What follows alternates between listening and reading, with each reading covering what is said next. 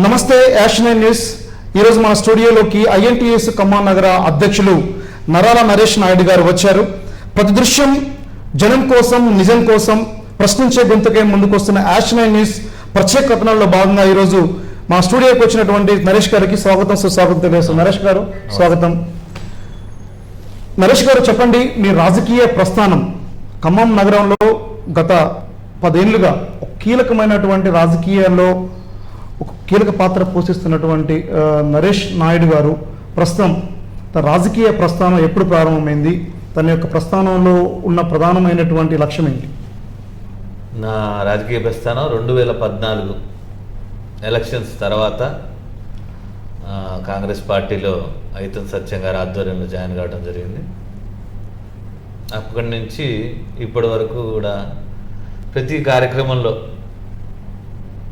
ప్రతిరోజు కాంగ్రెస్ పార్టీ కార్యక్రమాలను ప్రజల్లోకి తీసుకుపోవాలనే ముఖ్య ఉద్దేశంతోనే ఈ 11 సంవత్సరాల కాలం కూడా కాంగ్రెస్ పార్టీ కోసం పనిచేసి మొన్న జరిగినటువంటి ఎన్నికల్లో కాంగ్రెస్ పార్టీ అధికారంలో తీసుకొచ్చడానికి మా వంతు కృషిగా అందరం పాటుపడి పార్టీని అధికారంలో తీసుకురావడం జరిగింది. ఇది చాలా సంతోషకరమైన విషయం. అయితే ఐఎన్టీఎస్ నగర అధ్యక్షులుగా బాధ్యతలు ఎప్పుడు వచ్చారు? జనరల్గా కార్మిక వర్గానికి సేవ చేస్తున్న నేపథ్యం మీకు ఎలా అనిపిస్తుంది? అంటే మొదట పార్టీలో జాయిన్ అయినప్పుడు ఒక 6 నెలల కాలం తర్వాత ఓబీసీ సెల్ బాధ్యతలు నాకు అప్పచెప్పారు నగర అధ్యక్షుడిగా. ఆ కుల సంఘాల్లో పనిచేసిన 6 సంవత్సరాల తర్వాత ఒక షాకింగ్ పరిణామం తర్వాత నేను మళ్ళీ కార్మిక వర్గంలోకి రావడం జరిగింది కొత్త సీతారామరావు గారి ఆధ్వర్యంలో. ఇప్పటికి 3.5 సంవత్సరాల నుంచి ఐఎన్టీసీ నగర అధ్యక్షుడిగా కార్మికుల సుఖ సంతోషాల్లో, కష్ట నష్టాల్లో బాధ్యత పంచుకుంటూ ముందుకెళ్ళడం జరుగుతుంది.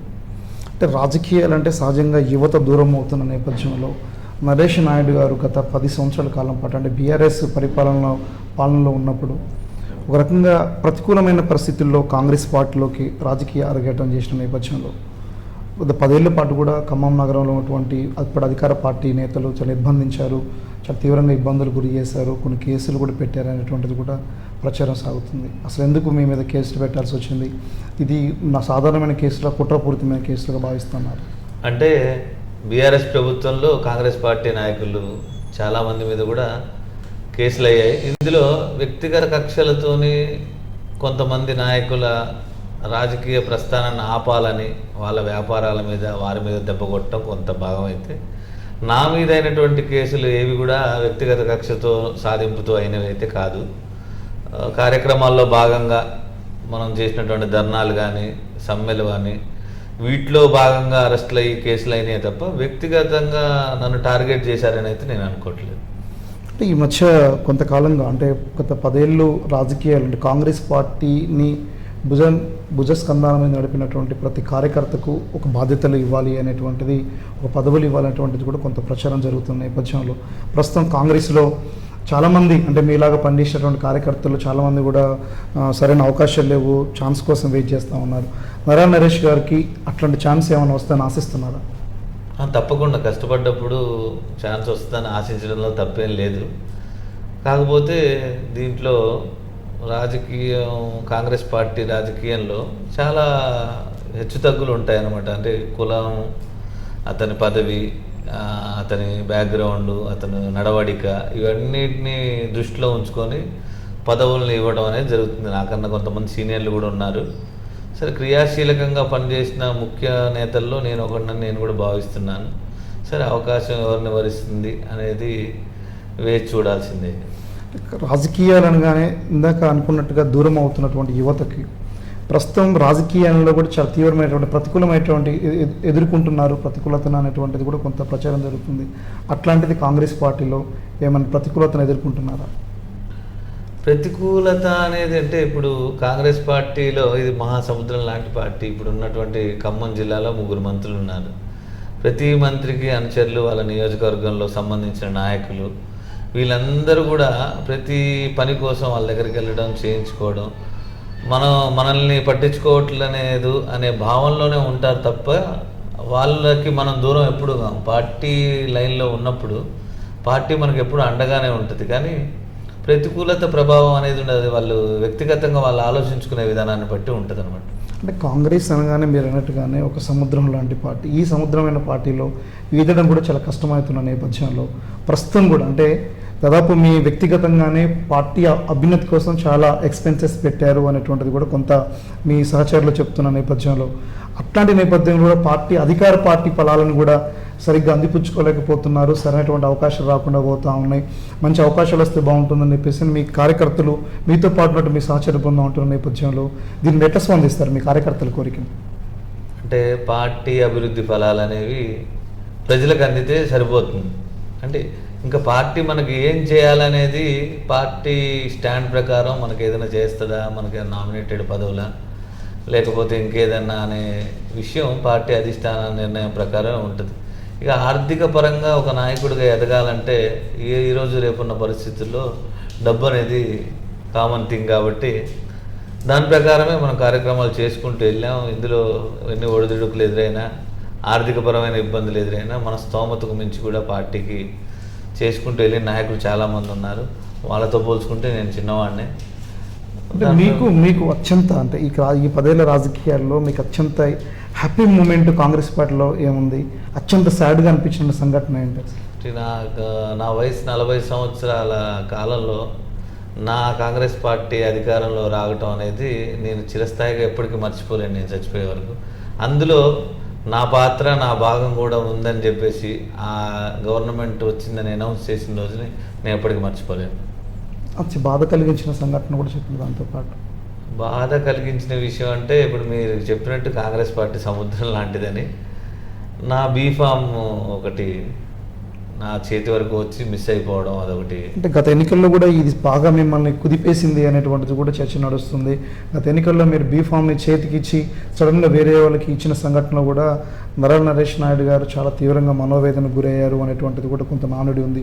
దీన్ని ఎట్లా చూడాలి, దీన్ని ఎట్లా రెక్టిఫై అవ్వబోతాం? మనోవేదన ఏం లేదు, కాకపోతే పార్టీ అప్పుడున్న పరిస్థితుల్లో క్రియాశీలకంగా పనిచేసి బీఫామ్ నాకు వచ్చి చేతికి అంది కూడా మిస్ అయిపోవడం అనేది కొంచెం బాధపడ్డటువంటి విషయం. సరే, దానికి కారణభూతులైన వాళ్ళు కూడా ఉన్నారు. నేను కూడా ఇంకా మనకు ఏజ్ ఉంది, అవకాశం ఉంది, దాన్ని బట్టి ఇంకో పార్టీ ఏదైనా మంచి స్టాండ్ తీసుకొని అవకాశం ఇస్తుందని నేను కూడా ఆలోచించి వెయిట్ చేయడం జరిగింది. నరేష్ నాయుడు గారు, చాలా కీలకమైన ప్రశ్న మిమ్మల్ని వేస్తున్నాం. అంటే ఖమ్మం నగరానికి సంబంధించిన దాంట్లో ప్రధానంగా ఇప్పటివరకు కాంగ్రెస్ పార్టీ అధికారంలోకి వచ్చిన తర్వాత కొద్దిమంది జనం మిశ్రమ స్పందన ఉంది. అయితే కానీ ప్రతిపక్షంలో ఉన్నప్పుడు అధికార పార్టీ అంశాన్ని ప్రశ్నించడం వేరు, కానీ ప్రతిపక్షంలో అధికార పార్టీలో ఉన్న తర్వాత కూడా ఇట్లాంటి అన్యాయం జరగకూడదు అనేటువంటి ప్రశ్నించిన ఒక సంచలనాత్మకమైన ప్రకటన ఒకటి ఈ మధ్యకాలంలో మీ వైపు నుంచి వచ్చింది, ప్రధానంగా పీడిఎస్ బియ్యానికి సంబంధించి. ఈ పీడిఎస్ బియ్యానికి సంబంధించి అక్రమ రవాణా ఖమ్మం జిల్లా నుంచి ఇతర కాకినాడ పోర్టుకు పోతుంది, కొన్ని కోట్ల రూపాయలు దుర్వినియోగం అవుతా ఉన్నాయి, పేదల అందాల్సినటువంటి ఫలాలని దారుణంగా కొన్ని వ్యాపార వర్గాలు లాగేసుకుంటా ఉన్నాయి అనేటువంటిది కూడా కొంత ప్రకటన మీరు చేశారు. దీని అసలు ఏం జరుగుతుంది ఖమ్మం నగరంలో? ఈ పీడిఎస్ రైస్ యొక్క దోపిడీ ఏంటి అసలు? ఇప్పుడు సన్న బియ్యం వచ్చిన తర్వాత కూడా ఈ అక్రమ రవాణా అనేది ఆగట్లేదు అనేది కార్మికుల ద్వారా నా దృష్టికి రావడం, కొంతమంది హమాలీలు, వివిధ రంగాల్లో మాకు పనిచేసే హమాలీల ద్వారా మాకు వచ్చిన ఇన్ఫర్మేషన్ బట్టి మా మంత్రి గారి దృష్టికి తీసుకెళ్ళడం జరిగింది. మేము ప్రకటన చేసిన తర్వాత దాని మీద ఆయన ఎంక్వైరీ చేయడం జరిగింది, యువేంద్ర గారు చేయడం జరిగింది. దాని ప్రకారం మనం చెప్పాము. ఇప్పటికీ కూడా పేదవాడు తినేటటువంటి సన్న బియ్యాన్ని అక్రమంగా తరలిస్తూ క్షేత్రస్థాయి నుంచి చిన్న స్థాయి వరకు ప్రతి విషయంలో కూడా బియ్యం విషయంలో అక్రమ రవాణాకి సహకరిస్తున్నటువంటి గవర్నమెంట్ ఆఫీషియల్స్ కొంతమంది కూడా ఉన్నారు. ఇందులో భాగంగా పెద్ద స్థాయి నుంచి చిన్న స్థాయి వరకు ఉన్నటువంటి వ్యాపారవేత్తలు నేలకొండపల్లి, పాలేరు నియోజకవర్గం, లక్ష్మీపురం ఇటువైపు ఉన్న మిల్లులకి అక్రమంగా తరలించి వాటిని కాకినాడ పోర్టుకు తరలిస్తున్నారు. దీనికి సంబంధించిన డేటాని మేము మంత్రి గారికి సమర్పిస్తాం. ఈ విషయం మీద 3 మంత్రులను కూడా కలుస్తాం. సివిల్ సప్లై ఆఫీసర్స్ కూడా మాట్లాడటం జరిగింది. తప్పు చేస్తే తుమ్మల నాగేశ్వరరావు గారు సహించే పరిస్థితి లేదు, అది మన నాయకుడైనా ఇంకెవరైనా సరే. ఆ పుస్తకంలో మరక అనేది ఇంతవరకు ఆ పేజీ అనేది లేదు కాబట్టి దీని మీద తీవ్రంగానే దీన్ని పరిగణలో తీసుకొని ఎవరైతే ఈ కార్యక్రమాలు చేసే వాళ్ళు ఉన్నారో వాళ్ళ మీద పీడీ యాక్ట్ చేయాలని చెప్పి స్ట్రిక్ట్గా చెప్పాలని మేము అనుకుంటున్నాం. అంటే ఈ పీడిఎస్ రైస్కి సంబంధించినటువంటి పాత్రదారులు, సూత్రధారులు, వివరణలు మొత్తం కూడా మీ దగ్గర ఉన్నాయనేది కూడా కొంత అనుకుంటున్నారు. ఇవన్నీ త్వరలో మంత్రి గారు దీని చర్యలు తీసుకునే అవకాశం ఉందంటారు?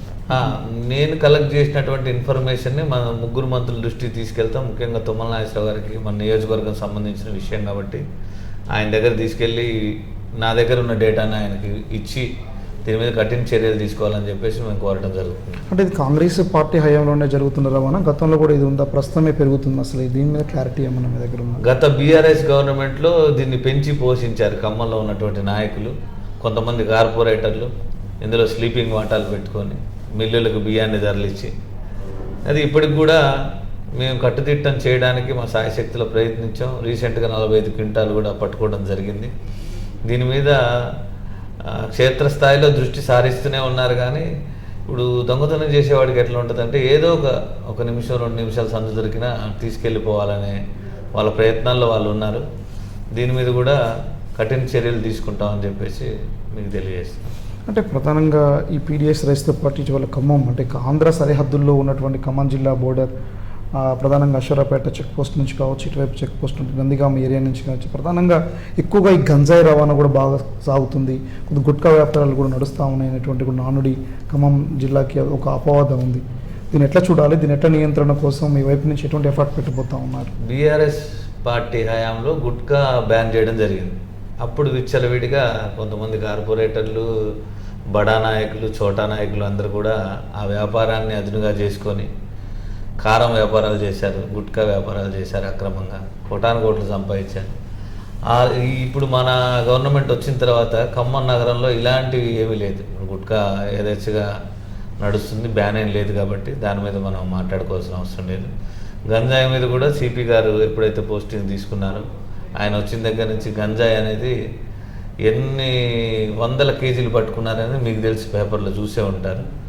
ఇంకా అరికట్టాల్సిన బాధ్యత ఉంది. దాని మీద కూడా కఠిన చర్యలు తీసుకుంటారని చెప్పి మీకు తెలియజేస్తుంది. అంటే ఖమ్మం నగరంలో కార్మిక వ్యవస్థ పెరుగుతున్న నేపథ్యంలో వస్తున్న యువత కూడా చాలామంది గంజాయికి అలవాటుతో పాటు కొంతమంది ప్రధానంగా ఒక లంపెన్ టీం, అంటే ప్రధానంగా గ్యాంగ్ వార్స్ కూడా పెరుగుతున్నాయి ఖమ్మం కేంద్రంగా.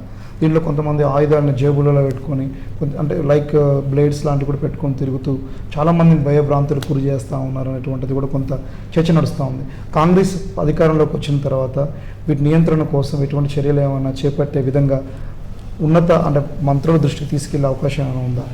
అంటే మీరు గమనించినట్టయితే ఈ 18 నెలల కాలంలో ఇంతవరకు ఒక గ్యాంగ్ వారు ఖమ్మం నగరంలో కానీ జిల్లాలో కానీ జరిగిన దాఖలాలు లేవు. ఇంతకుముందు ఏం జరిగాయి అనేది మీకు ప్రెస్ కాబట్టి మీరందరికీ తెలిసిన విషయమే. మనకి శాంతి భద్రతల పరిరక్షణ విషయంలో 3 మంత్రులు కానీ, మన ఖమ్మం నగరానికి సంబంధించి తుమ్మల నాగేశ్వరరావు గారి పోలీసులకి విచ్చలవిడి అధికారాలు ఇచ్చారు. చట్ట భద్రతని కాపాడాల్సిన బాధ్యత మీది. ఇందులో ఎవరు అతిథులు కాదు, కాంగ్రెస్ పార్టీ నాయకులు అతిథులు కాదంటే విషయం మీరు ఇంకా లోతుగా విశ్లేషించినట్టయితే మా పార్టీ నాయకుల మీద కేసులైన విషయాలు కూడా ఉన్నాయి. అసాంఘిక కార్యకలాపాలు చేసి చిన్నవి చేసిన విషయంలో సొంత పార్టీ కార్యకర్తలు, సొంత పార్టీ నాయకుల మీద కూడా కేసులైన విషయం. దీన్ని అసలు ఉపేక్షించే పద్ధతి కాంగ్రెస్ పార్టీలో లేదు, ఎంత పెద్ద నాయకుడైనా. అలాంటిది సాధారణ ప్రజలకు ఇబ్బంది శాంతి భద్రత వల్ల కలుగుతుందంటే అసలు సహించే పరిస్థితి లేదు. ఖమ్మం నగరంలో ప్రస్తుతానికి అలాంటి ఇబ్బంది ఏం లేదని చెప్పేసి నా అభిప్రాయం. నేను కూడా అదే నమ్ముతాను. మీ 10 ఏళ్ల రాజకీయ అనుభవం కావచ్చు, ప్రస్తుతం కాంగ్రెస్ పార్టీలో కొనసాగుతున్న మీ బాధ్యతలు కావచ్చు, ఈ సంవత్సరం అంటే 2025 నుంచి ప్రస్తుతం త్వరలో ఒక నామినేటెడ్ పోస్టులు కాంగ్రెస్ పార్టీ కోసం పనిచేసిన కార్యకర్తలకు రాబోతూ ఉన్నాయి అనేటువంటిది కొంత నానుడి నడుస్తూ ఉంది. ఏమైనా నరాల నరేష్ గారిని వచ్చే సంవత్సరం నాటికి ఒక ప్రజాప్రతినిధిగా చూసే అవకాశం ఉందా? కాంగ్రెస్ అవకాశం కల్పిస్తుందని మీరు ఆశిస్తున్నారా? తప్పకుండా ఆశించడంలో తప్పు లేదనే నా ఉద్దేశం. కాకపోతే ఈ రాజకీయ పరిణామాలు, రిజర్వేషన్లు, కుల ప్రాతిపదికన అందుబాటులో ఉన్నటువంటి ముఖ్య నాయకులకి ప్రస్తుతానికి సర్దుబాట్లు చేయటమా, లేదా 5 సంవత్సరాల కాలంలో మిగిలిన 3 సంవత్సరాల్లో ఇంకేదైనా పదవులు మనకి ఇస్తారా, లేదా మనం అడిగిన కార్పొరేటర్ టికెట్ ఇస్తారా అనేది వేచి చూడాలి. నాకైతే సానుకూల స్పందనే ఉంది నాయకుల దగ్గర. అంటే వచ్చే సంవత్సరం లోపు మీ అభిమానులు, మీ ఫాలోవర్స్, మీ యొక్క సహచర బృందానికి ఖచ్చితంగా మీ ప్రాంతంలో మీ 34వ డివిజన్లో కూడా నరాల నరేష్ నాయుడు అంటే ఒక మంచి రికగ్నిషన్ ప్రజల్లో కూడా గుర్తింపు ఉంది. ఆ గుర్తింపుకు తగిన పద్ధతిలో సీట్ వస్తుందని చెప్పేసి అనుకుంటున్నారా? దీనికి కావాల్సినటువంటి మీ రాజకీయ నాయకుడు అంటే మీ గురువు కావచ్చు, లేదా మిమ్మల్ని ఇన్స్పిరేషన్ చేసిన లీడర్ ఎవరు? మీరు ఏ రాజకీయ నాయకుడిని ఇన్స్పిరేషన్గా ముందుకు సాగుతున్నారు?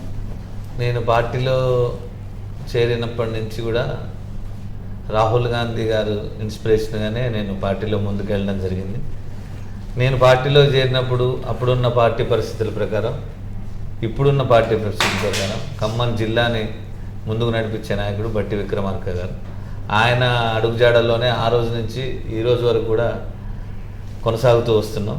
ప్రస్తుతానికి కార్మిక విభాగంలో ఉన్నాం కాబట్టి కొత్త సీతారామల గారి ఆధ్వర్యంలో, డాక్టర్ జి సంజీవ్ రెడ్డి గారు జాతీయ అధ్యక్షులు ఆయన ఆధ్వర్యంలో ముందుకెళ్ళడం జరుగుతుంది. విభాగాలు వేరైనప్పుడు కూడా కాంగ్రెస్ పార్టీతో కలిసి అనుబంధ సంఘంగా ముందుకెళ్తూ పార్టీ కార్యక్రమాలను ముందుకు తీసుకెళ్తూ ఉన్నాం. ఇదే సంతోషకరమైన విషయం. అంటే కాంగ్రెస్ పార్టీ రాజకీయాలలో కాంగ్రెస్ పార్టీ కార్యకర్తలు చాలామంది ఇప్పటివరకు పనిచేసి తీవ్రంగా నిరాశ నిస్పృహల మధ్య కొట్టుమిట్టాడుతున్నారు. పార్టీ ఎటువంటి బాధ్యతలు కూడా ఇవ్వట్లేదు అనే చాలామంది మీతో పాటు పనిచేసిన నేతలందరూ కూడా మనోవేదనకు గురవుతున్నారు. కొద్దిమంది కొంత రాజకీయాలు కూడా దూరం అవుతున్నారు. సీనియర్ కాంగ్రెస్ లీడర్లు వాళ్ళు ఇప్పటికే కొంత దూరంగా ఉన్నా మీరు మాత్రం రాజకీయాల్లో చాలా కీలకంగా వ్యవహరిస్తున్నారు, యాక్టివ్గా కొనసాగుతూ ఉన్నారు.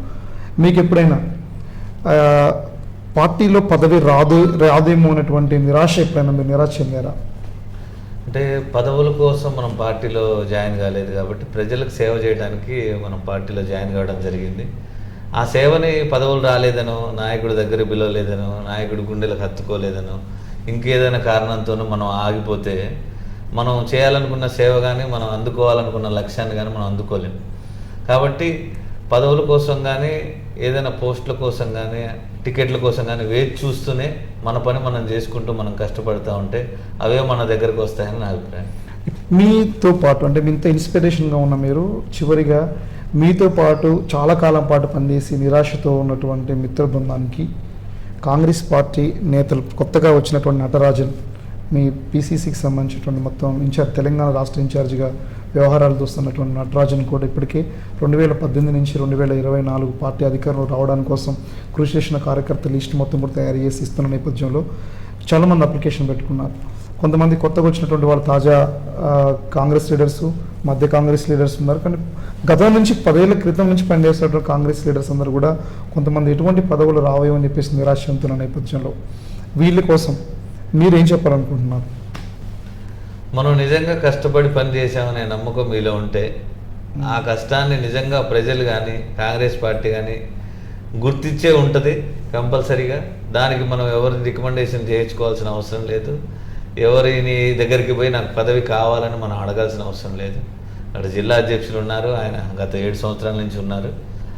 మనం పనిచేసింది లేదే ఆయనకు తెలుసు కాబట్టి ఆ పేర్ల ప్రాతిపదిక వచ్చినప్పుడు ఎవరు పని చేశారో ఎవరు పని చేయలేదు అనేది ట్రాన్స్పరెంట్గా ఆయనకి ఇవ్వాల్సిన బాధ్యత ఉంటుంది. కాబట్టి ఆయన ఇస్తాడనే నమ్మకంతోనే మీరు ఉండండి. కష్టపడ్డ వాళ్ళందరికీ పదవులు వస్తాయనే నమ్మకం నాకైతే ఉంది. మీరు కూడా ఆ నమ్మకాన్ని సడలకుండా పార్టీ స్టాండ్లోనే ఉండాలని నా సహచరులకి, నా అన్నలకి, నా తమ్ముళ్ళందరికీ కూడా నేను ఈ యాష్ న్యూస్ ద్వారా తెలియజేస్తాను. ఇది ప్రస్తుతం ఖమ్మంలో ఉన్నటువంటి ఐఎన్టీయూసీ నగర అధ్యక్షుడు నరాల నరేష్ నాయుడు గారి యొక్క అభిప్రాయం. స్థలం ఏదైనా, సమస్య ఏదైనా ప్రజల వెంట ఉండే యాష్ 9 ఇంటర్వ్యూలో మరొకసారి కలుద్దాం. అంతవరకు చూస్తూనే ఉండి వీలైతే సబ్స్క్రైబ్ చేయండి. Thank you.